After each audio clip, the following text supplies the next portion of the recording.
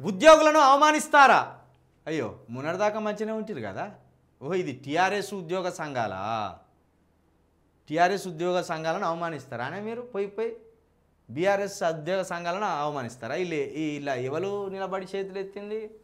Already దోసుక తిన్న దొంగలే చేతులు ఎత్తింది. ఇలా సోమవారం హైదరాబాద్లో జరిగిన కార్యక్రమంలో తెలంగాణ ఎంప్లాయీస్ కోఆర్డినేషన్ కమిటీ నేతలు శ్రీనివాస్ గౌడ్, స్వామి గౌడ్, పాతూరి సుధాకర్ రెడ్డి, దేవి ప్రసాద్, విఠల్, ఎంఏ హమీద్, లక్ష్మణ్, శ్యామరావు, బాలమల్లు, హసన్, రంగరాజు, ఆదినారాయణ రెడ్డి తదితరులు ఉద్యోగులను అవమానిస్తారా?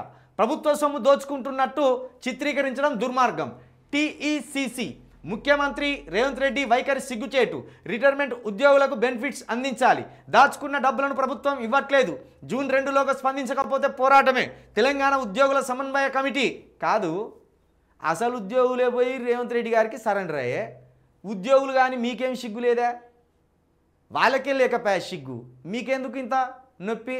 ఎందుకంటే ఇప్పుడు ఇది ఉద్యోగులను రెచ్చగొట్టే ప్రయత్నం. ఇది అసలు సిసలైన ఉద్యోగులు మేము ధర్నాకు దిగుతాం, 1,00,000 మందితోటి రేవంత్ రెడ్డిని ముట్టయిస్తాం, పెన్ డౌన్ చేస్తాం, మా సమస్యలు తీర్చకుంటాయని ఒక 10-15 రోజుల క్రితం రేవంత్ రెడ్డి గారికి వార్నింగ్ ఇచ్చిండు. ఆయన ఏం చేసిండు?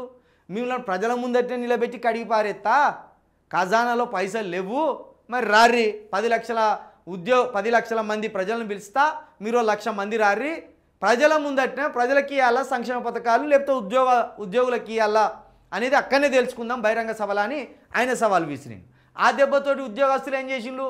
రేవంత్ రెడ్డి దగ్గరికి పోయి సరెండర్ అయ్యి, అయ్యా మాకు సాయం చేయరు, కొంచెం నెమ్మదైన మంచిదే కానీ కొన్ని అంశాలు ఉన్నాయి, మాకు 14 అంశాలు ఉన్నాయి, ఈ అంశాలలో ప్రస్తుతానికి తీర్చేటి ఎన్ని, దీర్ఘకాలికంగా తర్వాత తీర్చేటి ఎన్ని అని చెప్తే 3 విభాగాలుగా వాటిని మొన్న విభజించి వాటికి పరిష్కారం చూపెడతామని చెప్పిండు.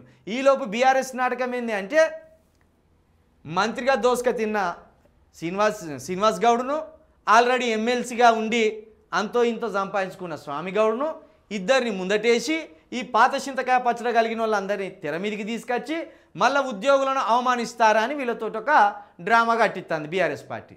నీకు సిగ్గుంటే ఈ మాజీ మంత్రి శ్రీనివాస్ గౌడ్ నిరుద్యోగుల కోసం కొట్లాడు, స్టూపిడ్ ఫెలో. ఉద్యోగాలకు ఏం తక్కువైంది?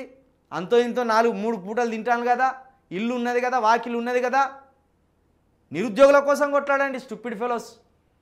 ఈ డ్రామాలు కట్టడం బంద్ పెట్టుర్రి. స్వామి గౌడ్ నీకేం తక్కువైంది? శ్రీనివాస్ గౌడ్ నీకేం తక్కువైంది? గత ప్రభుత్వంలో దోసుకున్న సొమ్ము కొన్ని 100,000 కోట్లు ఉన్నాయి కదా మీ దగ్గర. మీకు నిరుద్యోగుల తరఫున కొట్లాడొస్తలేదా? రైతుల పక్షాన కొట్లాడొస్తలేదా?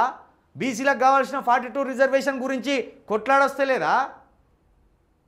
బీఆర్ఎస్ పార్టీలో వర్కింగ్ ప్రెసిడెంట్గా ఒక బీసీకి ఇవ్వాలి, ప్రెసిడెంట్కి ఒక దళితుడికి ఇవ్వాలని కొట్లాడొస్తలేదా?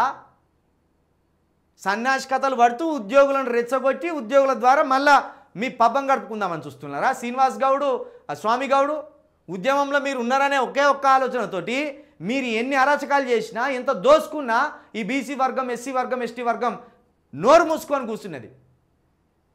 మీరు మా బీసీ బిడ్డలు మాకు సహాయపడతారు అనుకుంటే మీరు దొరలకు అవసరం పడ్డారు. దొరల కాళ్ళ దగ్గర వాళ్ళ పాదసేవలు తరించడానికి మీరు అక్కడికి వచ్చింది. కాబట్టి ఇది ఒక ఫేక్ వార్త, ఇది ఒక ఫేక్ స్టేట్మెంటు.